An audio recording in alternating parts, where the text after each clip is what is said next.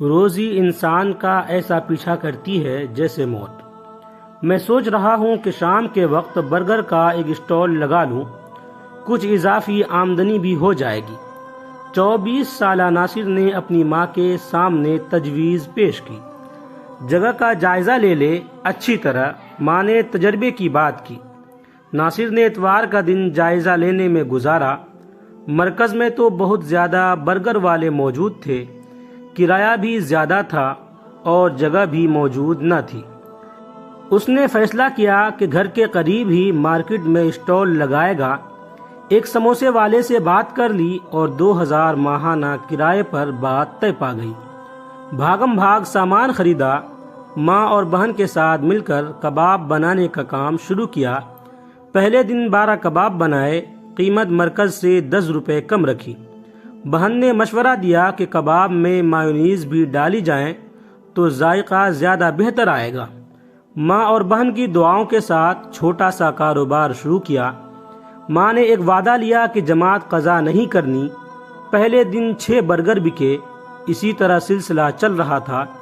جماعت سے 10 منٹ پہلے ناصر توا لپیٹ دیتا، انڈے، کباب اور برگر سموسے والے کے پاس اندر رکھ دیتا اور جماعت کے لیے چلا جاتا۔ ارد گرد کے دکاندار حیرانی سے دیکھتے کہ ایسے کاروبار کیسے چلے گا۔ گاہک کو روانہ کر دیا جائے یا انتظار کروایا جائے تو کون یہاں پھٹکے گا۔ دن گزرتے جا رہے تھے۔ اوسط فروخت 10 برگر تک پہنچ چکی تھی۔ کرایہ اور خرچہ پورا ہو رہا تھا، لیکن منافع کم تھا۔ ویسے بھی وہ شام 4 سے 9 بجے تک اسٹال لگاتا تھا اور اس دوران 3 نمازیں بھی آتی تھیں۔ ایک دن مغرب کے وقت وہ توا لپیٹ رہا تھا کہ اچانک ایک 12 سالہ بچہ آیا اور اکٹھے 6 برگر کا آرڈر دے دیا۔ یہ اس کی دکانداری میں پہلی دفعہ تھا کہ اکٹھے 6 برگر کا آرڈر آیا۔ ایک لمحے کو کمزور ہوا، لیکن فوراً ہی دل مضبوط کر کے کہا کہ جماعت کا وقت ہے، اس کے بعد بنا دیتا ہوں۔ لیکن وہ بچہ اپنے گھر والوں کے ساتھ وہاں سے چلا گیا۔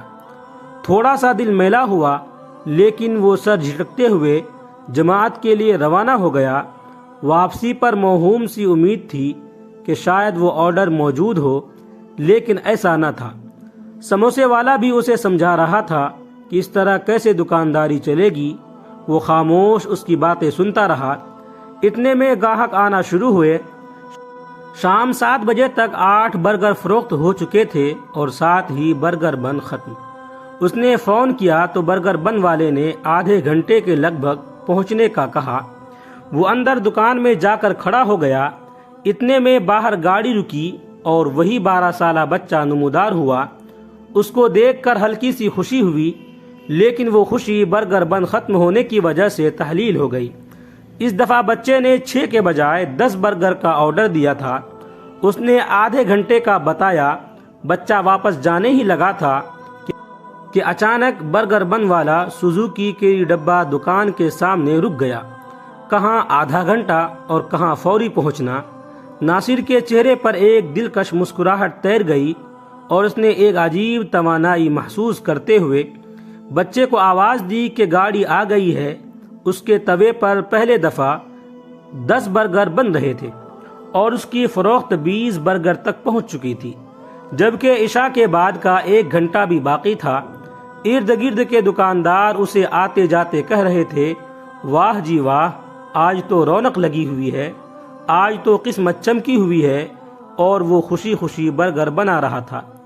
ادھر برگر تیار، ادھر عشاء کی جماعت کا وقت قریب آ گیا اور ناصر توا لپیٹنے کے بعد ایک عجیب سکون اور طمانینت سے مسجد جانے کے لیے روانہ ہو گیا۔ وہ سوچ رہا تھا کہ بے شک روزی انسان کا ایسا پیچھا کرتی ہے جیسے موت، بس مثبت سمت میں محنت کی ضرورت ہے۔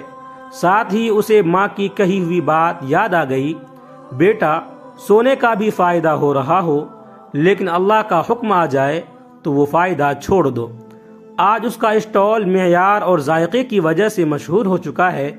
ایک ملازم بھی ہے، گاہک اس کی جماعت کی عادت سے بخوبی واقف ہیں، اس لیے اس حساب سے برگر اسٹال پر آتے ہیں اور حی علی الصلاح حی علی الفلاح کی صدا پر ناصر کے ہاتھ خود ہی سامان سمیٹنا شروع ہو جاتے ہیں۔